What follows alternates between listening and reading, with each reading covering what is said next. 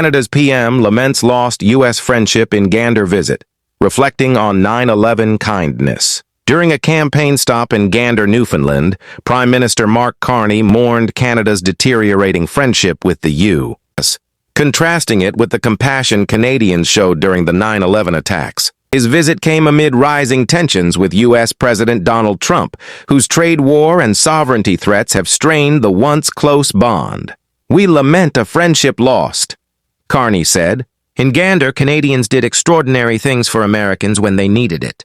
Now, we need to do extraordinary things for ourselves." On September 11, 2001, Gander sheltered nearly 6,600 stranded airline passengers after U.S. airspace was shut down. With hotels quickly filling, schools, fire stations, and churches became makeshift shelters. Locals provided food, showers, and free phone calls, while stores donated blankets and supplies. The Canadian military flew in 5,000 cots, and Gander's air traffic controllers, once all flights had landed, cooked meals non-stop for 3 days. Carney visited Beulah Cooper, who had opened her home to many, including Dennis and Hannah O'Rourke. Their son Kevin, a New York firefighter, was later confirmed dead at the World Trade Center. The O'Rourkes remained close with Cooper, returning to Gander over the years, feeling eternally indebted to the kindness they received.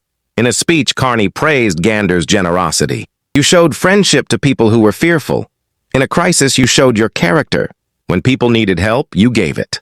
He noted how the town's compassion became legendary, inspiring the Broadway hit Come From Away. It became yet another example of the unbreakable bond between Canadians and Americans. Because when Americans are in need, Canadians have always shown up. Carney recalled other acts of solidarity, including Canada's support during the Iranian hostage crisis, the California wildfires, and Afghanistan, where Canada lost 158 soldiers and 7 civilians. However, Carney warned that Trump's aggressive trade policies now threaten this bond. The U.S. president imposed 25% tariffs on Canadian steel and aluminum and plans sweeping tariffs on all Canadian products by April 2nd. Trump has repeatedly suggested annexing Canada as the 51st state, enraging Canadians and undermining their sovereignty. Carney urged Canadians to prioritize their own interests. "Canadians and Americans have always been like brothers, but that's changed. And it wasn't us who did the changing."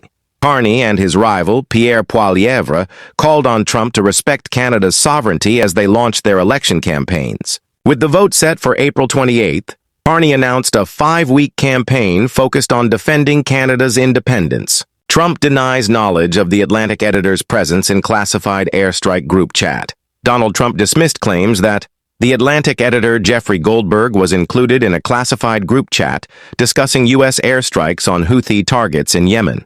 When questioned about the matter on Monday, March 24th, Trump denied any involvement or awareness. "I don't know anything about it. I'm not a big fan of the Atlantic. To me, it's a magazine that's going out of business. But I know nothing about it," he said. The incident reportedly involved senior officials from Trump's administration discussing a sensitive military operation in a group chat that mistakenly included Goldberg, the Atlantic's editor-in-chief. Canada strikes back at Tesla and Musk. Toronto has decided to cut public funding for Tesla vehicles, dealing a financial blow to Elon Musk's company. The move comes in response to escalating tensions sparked by U.S. President Donald Trump's call for the annexation of Canada and the imposition of tariffs on Canadian products. Toronto's reaction was swift. No more taxis, no more rental cars, no more Tesla ride shares. The city will end all financial support for the Musk-led company. While Toronto had previously promoted electric cars and rental fleets to reduce emissions, this decision signals a clear backlash against Tesla. The policy change also targets Musk personally, as he has become one of the main personal advisors to Trump and a vocal supporter of making Canada the 51st state. A stance that is deeply unpopular in Canada, which values its independence and sovereignty. If you like this news and want more updates relating to this, please like, share, and subscribe. Trump shares his thoughts on JFK's assassination after releasing files. Donald Trump revealed that he has always believed the official conclusion that Lee Harvey Oswald acted alone in assassinating former U.S. President John F. Kennedy. But he suggested that Oswald may have had assistance. During an interview aboard Air Force One with Clay Travis from the conservative site Outkick, Trump addressed a range of topics, including his take on Kennedy's assassination.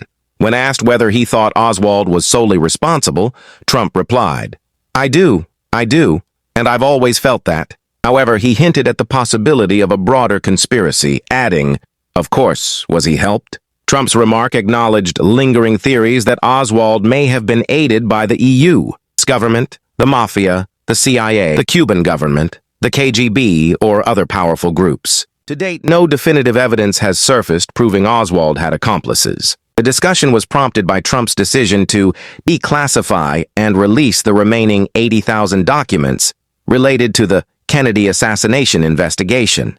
These files had been kept from the public due to their sensitive content, but Trump directed their release without redactions. Despite the anticipation, the documents failed to reveal any significant new information about Kennedy's killing. Instead, they inadvertently exposed the Social Security numbers of several individuals. I think the papers have turned out to be somewhat unspectacular, and maybe that's a good thing, Trump remarked. The release of the JFK files is part of Trump's broader push for government transparency, which included signing an executive order to declassify information about other major events of public interest. This included federal investigations into Jeffrey Epstein, the assassinations of Dr. Martin Luther King Jr. and Robert F. Kennedy, and the September 11th attacks. Canada revamps defense under PM Carney, boosting Arctic security with new radar system. Canada's new Prime Minister Mark Carney is making bold defense reforms, including year-round military operations in the Arctic and the installation of a powerful new radar system. During a March 18th visit to Iqaluit, he announced the adoption of Australia's Jindalee Over-the-Horizon Radar, JORN, designed to detect incoming missiles and enhance long-range threat tracking. The world is changing.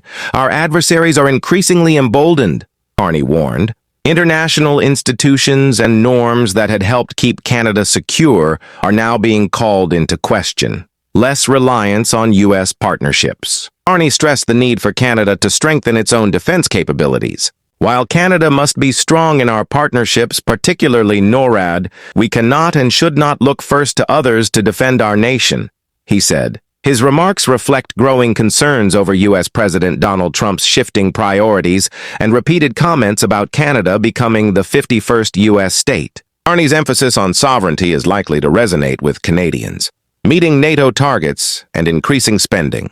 Carney's overhaul comes as NATO pushes Canada to meet its 2% GDP defense spending target. Under former PM Justin Trudeau, Canada had only committed to reaching 1.76% by 2029-2030, despite plans to invest $73 billion in defense over 20 years. The $6 billion JORN radar deal signals a stronger defense commitment. Securing Canada is an absolute strategic priority of this government. We will need to do more, Carney said, according to The Guardian. Outmaneuvering political rivals. Carney's move also undercut Conservative leader Pierre Poilievre, who had vowed to build Canada's first permanent Arctic military base. In February, Poilievre warned of Russian threats, declaring, "The Canadian Arctic is under threat.